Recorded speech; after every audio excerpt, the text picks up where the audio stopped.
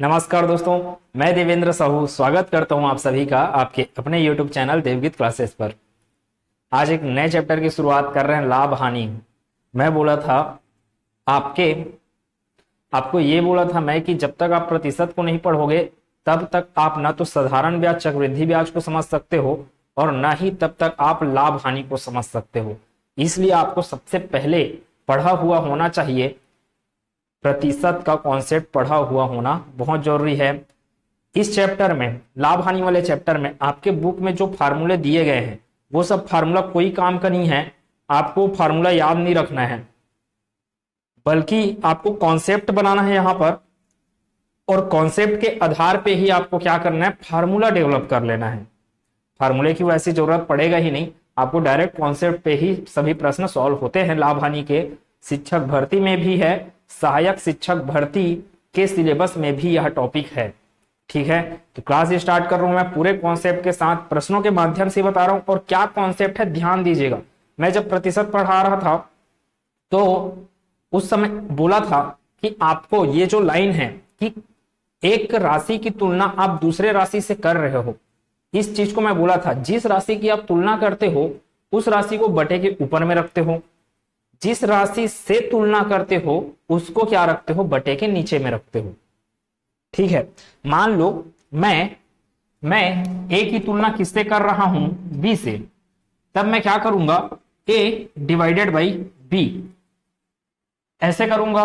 और मैं बोलूंगा यहां पर कि ए बी का कितना प्रतिशत है। प्रश्न बोला मैं, ए बी का कितना प्रतिशत है, तो उसका सॉल्यूशन क्या होगा, ए का तुलना करो बी से। यही तो बोला जा रहा है प्रश्न में। प्रश्न के माध्यम से क्या समझ में आ रहा है, ए का तुलना किया जा रहा है बी से, तो ए डिवाइडेड बाई बी। अब प्रश्न में यह भी बोला गया कि ए बी का कितना प्रतिशत है, तो ए डिवाइडेड बाई बी प्रतिशत पूछ रहा है, इसलिए गुना करके क्या करना पड़ेगा, आपको 100 लगाना पड़ेगा और ऐसे आंसर आपको मिलेगा, ए बाई बी इंटू 100%। अगर प्रश्न में ये बोला कि बी ए का कितना प्रतिशत है, बी ए का कितना प्रतिशत है, तो b divided by A into 100% हो जाता उस समय। समझ में आ रहा है क्या इतनी चीजें। ये हो गया दो चीज कि a b का कितना प्रतिशत है, b a का कितना प्रतिशत है। अब अगर ये बोल देता b a से कितना अधिक है या कितना कम है, मान लो b का मान क्या है, b का मान है 10 और a का मान है 5, तो b ए से कितना प्रतिशत अधिक है बोला।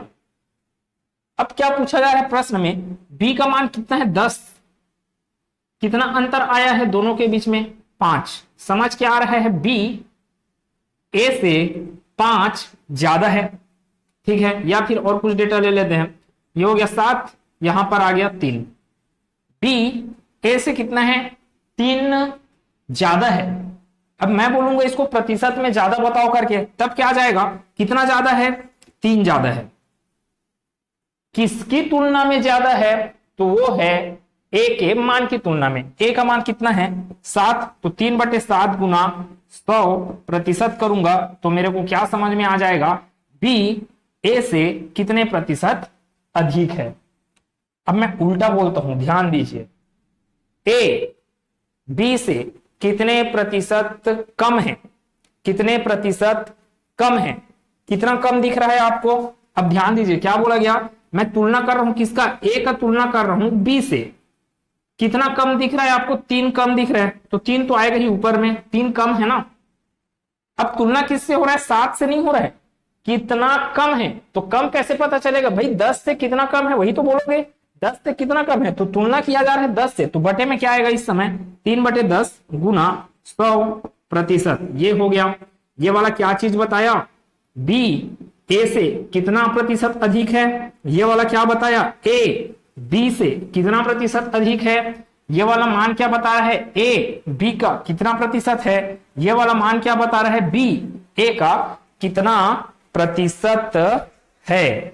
अगर आपको ये सब चीजें समझ में आ गया तो प्रश्न को सॉल्व करने में बिल्कुल दिक्कत नहीं है, आपको फार्मूला रटने की जरूरत नहीं पड़ेगी। मैं पूरे कॉन्सेप्ट से यहां से बताने वाला हूं। ठीक है, प्रश्न पहले में चलते हैं डायरेक्ट।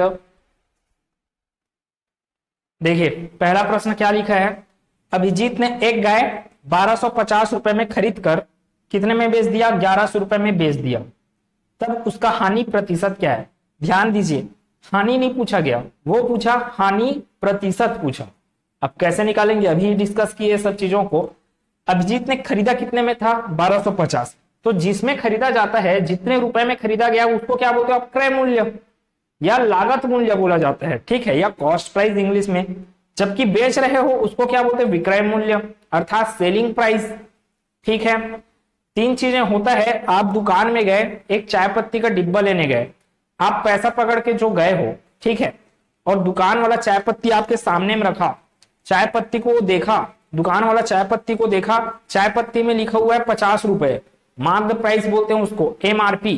तो तीन चीजें होती है, एक होता है कॉस्ट प्राइस, एक होता है मार्क्ड प्राइस, एक होता है सेलिंग प्राइस और एक होता है मार्क्ड प्राइस। तो चाय पत्ती में सबसे ज्यादा ध्यान दीजिएगा, मार्क्ड प्राइस ज्यादा रहता है हमेशा, उससे कम रहेगा क्या, सेलिंग प्राइस। मार्केट प्राइस से हमेशा कम क्या रहता है, सेलिंग प्राइस। जैसे कि दुकान में गए, 50 रुपए लिखा हुआ है चाय पत्ती का मूल्य, दुकान वाला आपको कितने में दिया, 48 रुपए में। तो सेलिंग प्राइस कितना हो गया, बेचा कितने में दुकान वाला, 48 रुपए में, लिखा कितना था MRP उसमें 50 रुपए लिखा गया। कॉस्ट प्राइस क्या है, आप उसी 48 रुपए को दे रहे हो, वही क्या हो गया मेरे लिए, क्या हो गया कॉस्ट प्राइस मतलब क्रय मूल्य, और वही 48 रुपए उस दुकानदार के लिए क्या हो गया, विक्रय मूल्य हो गया।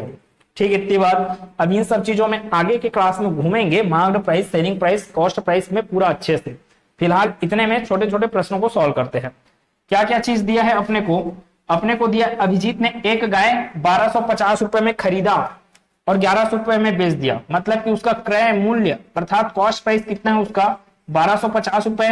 विक्रय मूल्य कितना है, 1100 रुपए। इतने बात से तो एकदम समझ में आ रहा है कि भाई साहब को घाटा हो रहा है।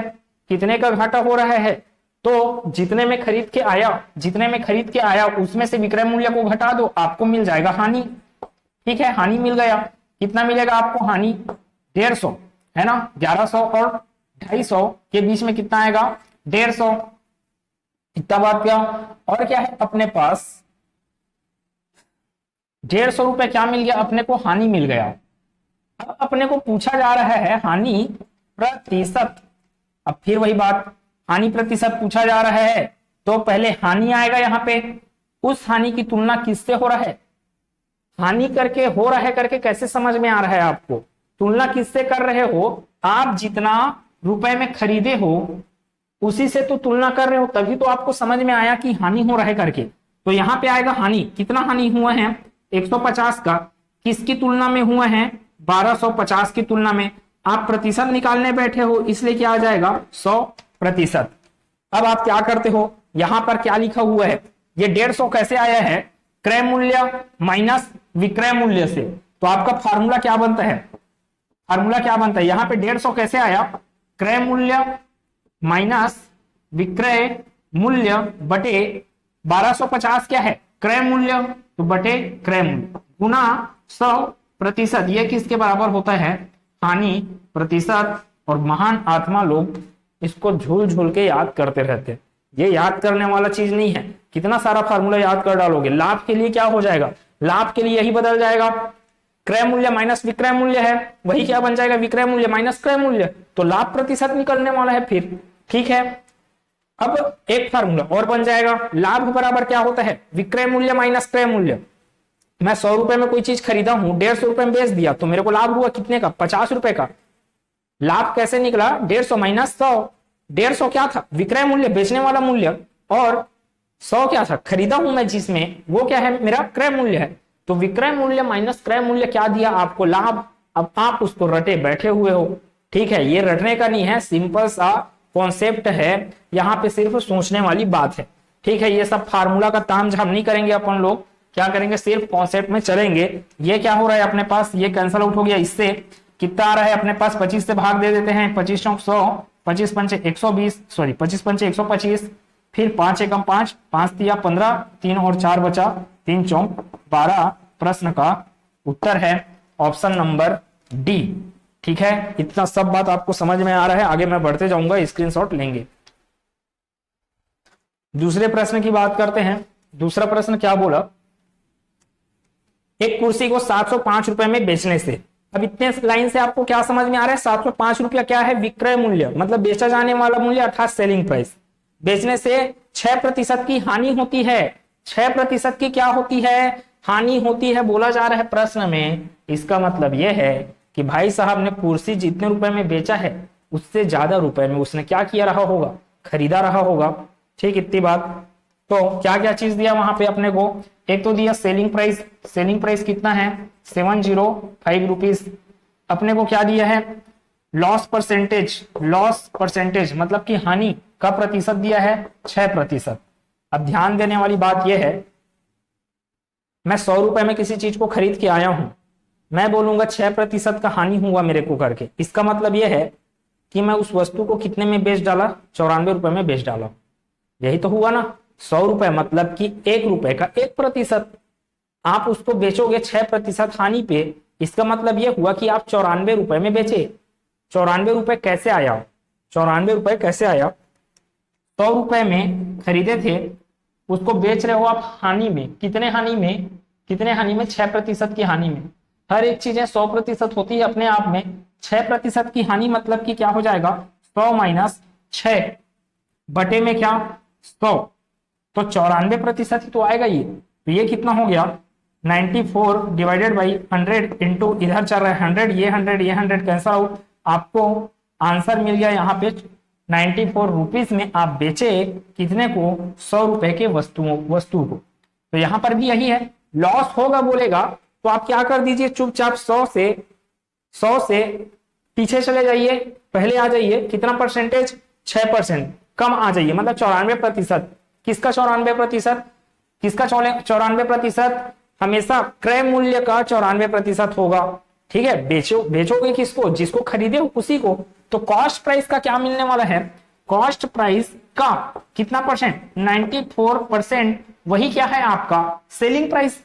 वही क्या हो जाएगा आपका सेलिंग प्राइस, जितने में खरीदे हो उसका 94% ही क्या है, उतना 94% को ही क्या किया, आप बेचे। तो कॉस्ट प्राइस यहाँ पे इंटू निकालने क्या बोला गया है अपने को, क्रय मूल्य है ना, कॉस्ट प्राइस ही। तो ये हो गया 94 डिवाइडेड बाई 100, एक बार और लिख देता हूँ, 94 divide by 100 equal to SP का वैल्यू 705। यहां से सॉल्व कर लिया जाए, इसको 2 से भाग दे देते हैं 50 बार में, और ये 47 बार में जाएगा। ठीक है, तिर्यक गुना किया जाए, cost price equal to 705 into 50 divided by 47। अब ये भाग जा रहा होगा क्योंकि आपको इसमें पूरे के पूरे पूर्ण अंकों में आया है मान, मतलब कि 705 से बिल्कुल ये भाग जा रहा होगा, 705 भाग जा रहा होगा किससे, 47 से भाग जा रहा होगा। कितने बार में जा रहा होगा, तो देखो पहाड़ा पढ़ना चालू करोगे आप, अगर 47, या तो सिंपल सा क्या कर दीजिए, उसको भाग दे दीजिए। कैसे, 705 है और ये 47, अब इकाई अंक आपको दिख रहा है 5, और 7 का इकाई अंक हमेशा आपका 5 में ही आता है, 7 के 5वें गुणज में। तो यहां पर इसका आंसर 15 होना चाहिए। देख लेते हैं एक बार क्या होगा, 47 से कम 47, यहां से 10 में 7 गया 3, 7 में 4 गया 9 में, सॉरी 6 में 4 गया 2, और ये आ गया 5, फिर यहाँ पे 5 5 सत्ते 35, 5 चौक 20 और 3 23। तो ये कितने बार में आया है, 15 बार में भाग जाएगा कौन, 705 15 बार में भाग जाएगा किससे, 47 से। कॉस्ट प्राइस मिल गया मेरे को 15 पंचे 75, 750 रुपए कॉस्ट प्राइस है। हमेशा लाभ या हानि जो होता है वह होता है आपको क्रय मूल्य पर, क्रय मूल्य पर होता है। ध्यान दीजिए मैं जो बात बोला, इसलिए मैं क्या किया, हानि हुआ था तो हानि प्रतिशत निकालना है, तो किस पर हुआ, कॉस्ट प्राइस पर। यही तो बोले क्रय मूल्य पर होता है, इसलिए क्रय मूल्य का 94% क्या होगा, सेलिंग प्राइस। अगर वो बोल देता 6% लाभ हुआ है तो भी मैं क्या करता, कॉस्ट प्राइस का 106/100 कर देता। 6% का लाभ मतलब कि 106/100 हो जाएगा, पूरा जो आपको बेचना है वो वाला पैसा मिल जाएगा ऐसे में। ठीक है, आगे चलते हैं तीसरे प्रश्न में।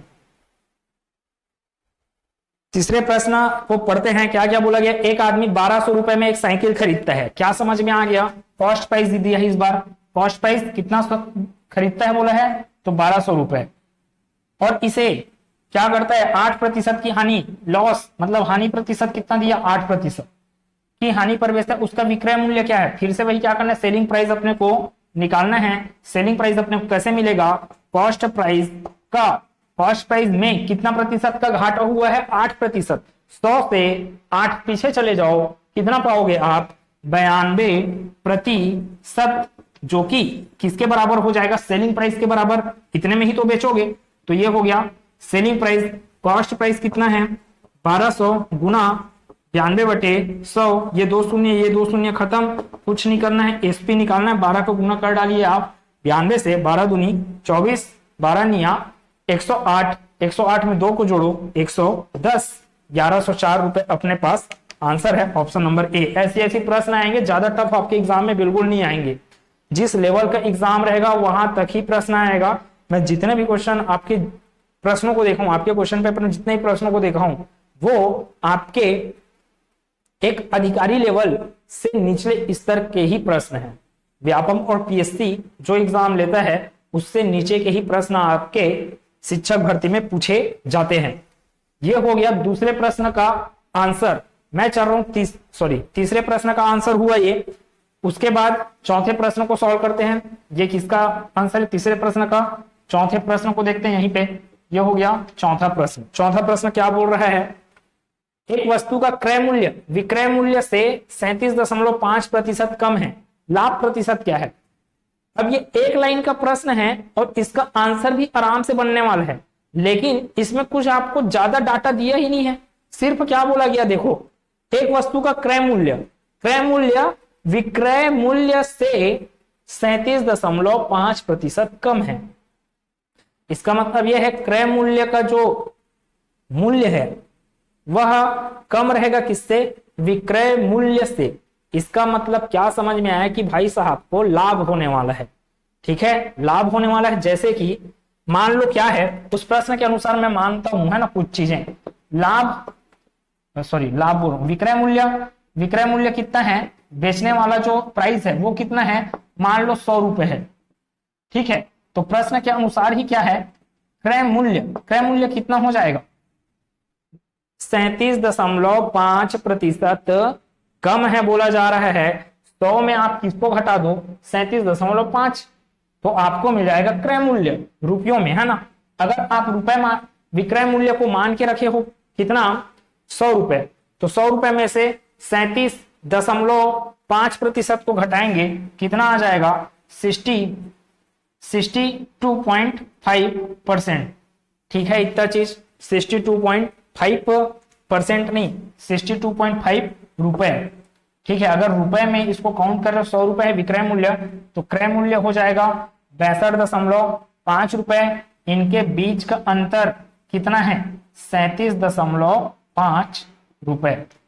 तो अर्थ तो यही हुआ, अगर क्रय मूल्य 62.5 रुपए है, ठीक है, और अच्छा उसमें ये क्या बोला गया, एक वस्तु का क्रय मूल्य विक्रय मूल्य से 37.5% है। 100 रुपए अगर विक्रय मूल्य है तो उससे कम कितना है, 37.5% कम है, मतलब कि कितना मिल जाएगा आपको 62.5%। तो लाभ प्रतिशत कितना है, तो लाभ यहाँ पे कितना दिख रहा है, देखना लाभ 37.5% नहीं होगा। लाभ यहाँ पे भले आपको लाभ दिख रहा है 37.5 रुपए का, लेकिन लाभ हमेशा किस पर काउंट होता है, किस पर काउंट होगा हमेशा, लाभ आपका क्रय मूल्य पर। ठीक है, तो लाभ होगा 37.5 रुपए का लाभ हुआ है, प्रतिशत निकालना है किसकी तुलना में 62.5 की तुलना में, गुना होगा किससे 100 से, ये आपको आंसर दे देगा। सॉल्व किया जाए दशमलव बाद एक अंक, तो इन एक एक अंक को क्या किया जा सकता है, खत्म किया जा सकता है। यहां से सॉल्व किया जाए 25 से भाग दे देते हैं, 25 चौक 100, 25 से ही इसको भाग देंगे, 25 दूनी 50, यहाँ पे बच गया 12 और 5 125, 25 पंचे 125, और भाग दिया जाए 25 से, 25 से कम 25, यहाँ भाग दे देते हैं 25 से कम 25, 12 बचा यहाँ पर, 12 और 5 125, तो 25 पंचे 125, 15 चौक 60% प्रश्न का आंसर मिलेगा। आपको तुलना कैसे करना है इस चीज को सीखने आना पड़ेगा। ठीक है, और इस बात को मैं परसेंटेज पढ़ा रहा हूं तब से बोलते आ रहा हूं। तो कुछ नहीं करना, फार्मूला वार्मूला बिल्कुल नहीं लगाना है। आप तुलना किससे कर रहे हो, हमेशा लाभ होगा, ध्यान दीजिए, लाभ या हानि हमेशा किस पर होगा, आपको क्रय मूल्य पे ही होगा। आप क्रय मूल्य से अगर ज्यादा बेच रहे हो मतलब कि लाभ होने वाला है, क्रय मूल्य से कम बेच रहे हो मतलब कि आपको हानि होने वाला है। अच्छा, हानि होगा आपको विक्रय मूल्य पर, लाभ होगा क्रय मूल्य पर। हानि के बारे में सोचोगे मतलब कि आप विक्रय मूल्य से तुलना कर रहे हो अर्थात, और लाभ के बारे में सोचोगे मतलब कि आप किससे तुलना कर रहे हो, फिर क्रय मूल्य से तुलना कर रहे हो। ठीक है, आगे बढ़ते हैं प्रश्नों में, इसका स्क्रीनशॉट लेंगे। पांचवें प्रश्न को बता रहा हूं मैं, पांचवा प्रश्न, छठवां प्रश्न आपके लिए होमवर्क रहेगा, मैं उसका हिंट आपको दे दूंगा। एक भैंस को 10,000 रुपए में खरीदा गया तथा एक साल में दूध बेचने से 10,000 रुपए प्राप्त होता है। एक साल बाद भैंस को 9,000 रुपए में बेच दिया गया, लाभ या फिर हानि प्रतिशत क्या था। अब इस प्रश्न के ऑप्शन को अगर आप ध्यान से सोचोगे ना, इतना सारी चीज को पढ़ोगे अच्छे ध्यान से और प्रश्न के ऑप्शन को देखोगे, बिल्कुल आप पेन नहीं उठाओगे और ऑप्शन नंबर सी को आंसर कर दोगे। कैसे? तो पहली बात तो ये, लाभ और हानि के बीच में अंतर सिर्फ इस बात का है कि कितना पैसा लगा उसमें और कितना पैसा आपके पास आया। मैं भैंस खरीदा हूं 10,000 रुपए, 10,000 मेरे जेब से गया, ठीक, और क्या जेब से गया वाला एक तरफ है ना, जेब से गया, ध्यान से देखिएगा, एक तरफ क्या है जेब से गया और एक तरफ क्या है जेब में आया। ठीक है, जेब से गया कितना, 10,000 रुपए, फिर जेब में कितना आया, तथा एक साल में दूध बेचने से कितना आया, 10,000 रुपए मिल गया मेरे को, तो मेरे जेब में आ गया 10,000 रुपए। एक साल बाद मैं क्या किया, भैंस को बेच दिया 9,000 रुपए में। अब 9,000 में बेचूंगा तो 9,000 भी तो मेरे पास आएगा ही। ठीक है, तो एक साल में मैं 10,000 तो दूध से कमा लिया, 9,000 में कमा लिया बेचकर। खरीदा कितने में था उस भैंस को, 10,000 में। मैं टोटल कमा के बैठा हूं 19,000 और मैं खर्च करके बैठा हूं सिर्फ 10,000। तो सिंपल सी बात क्या समझ में आ रहा है मेरे को, 9,000 का क्या हुआ है, लाभ हुआ है। तो यहां से तो आपके पास लाभ हुआ है तो आपको लाभ परसेंटेज आएगा। ठीक है, हानि प्रतिशत के बारे में सोचने की आवश्यकता नहीं है। तो देखिए क्या क्या चीज समझ में आ रहा है अपने को। 9,000 का लाभ हुआ, मैं कितना पैसा खर्च किया अपने जेब से, 10,000 रुपए, मेरे जेब में कितना पैसा आया, 10,000 दूध से आया, 9,000 आया बेचकर, टोटल 19,000 रुपए मेरे जेब में आया, मेरे जेब से गया 10,000 रुपए। इसका अर्थ यह है कि मेरे को कितना हो गया फायदा, 9,000 रुपए का। अब 9,000 का लाभ हुआ है तो यहाँ पे हानि प्रतिशत की बात तो आएगी ही नहीं, तो जो जो ऑप्शन दिया है आपको हानि प्रतिशत वाला उसको तो ऐसे ही कैंसिल कर डालो। ऑप्शन बी और ऑप्शन डी आंसर हो ही नहीं सकते, आपके पास या तो आंसर ए होगा या तो सी होगा। लेकिन ध्यान दीजिए, खरीदे आप कितने में थे, 10,000, और लगभग उसी के बराबर आप क्या पा रहे हो, लाभ पा रहे हो। 9,000 10,000 के तुलना में ही तो है, 9,000 10,000 के आसपास ही है, इसलिए डायरेक्ट आंसर दे सकते हो 90% लाभ। 9% लाभ कब देते, जब एकदम से पास में लाभ रहता, जैसे कि 10,000 है यहाँ पे तो थोड़ा सा लाभ होता, 10,000 का कम से कम 1,000 वगैरह के आसपास लाभ हुए रहता, तो आप बोल सकते थे कि 9% लाभ है करके। बिना बनाए आप इसको सॉल्व कर सकते हो, ऑप्शन नंबर सी। लेकिन मैं आपको इसको सॉल्व करके दिखा रहा हूं। लाभ प्रतिशत निकालना है, बिल्कुल फार्मूला वार्मूला नहीं सोचना है, आपको लाभ प्रतिशत निकालना है। तो क्या किया जाता है, लाभ प्रतिशत निकालने के लिए सबसे पहली बात तो आती है लाभ की बटे में तुलना किससे होता है, हमेशा लाभ आपको हमेशा किस पर होता है, लाभ होता है आपको क्रय मूल्य पर। तो बटे में क्या आएगा, क्रय मूल्य तुलना कर रहे हो ना तो बटे में आएगा क्रय मूल्य। अब प्रतिशत निकाल रहे हो इसलिए गुना करके 100%। लाभ कितने का हुआ है भाई साहब, अपने को लाभ हुआ है 9,000 रुपए का, 9,000 रुपए बटे क्रय मूल्य कितना है। अच्छा, क्रय मूल्य बोलने का अर्थ यह हुआ कि 10,000 रुपए आप खर्चा किए थे ना इस पर, तो 10,000 आपका क्रय मूल्य गुना क्या हो गया 100।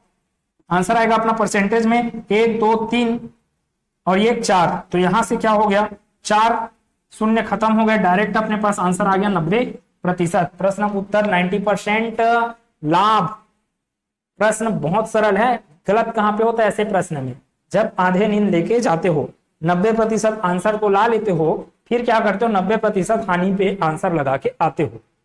ये बहुत बड़ा मिस्टेक है, ये मेरे से भी हुआ है, ऐसा होता है, हो जाता है कभी कभी। और ऐसे में अपने को प्रैक्टिस थोड़ा सा अच्छा रहता है, तो फिर सब चीजें क्लियर हो जाता है। अब इसी आधार पे एक लास्ट प्रश्न की बात कर लेते हैं।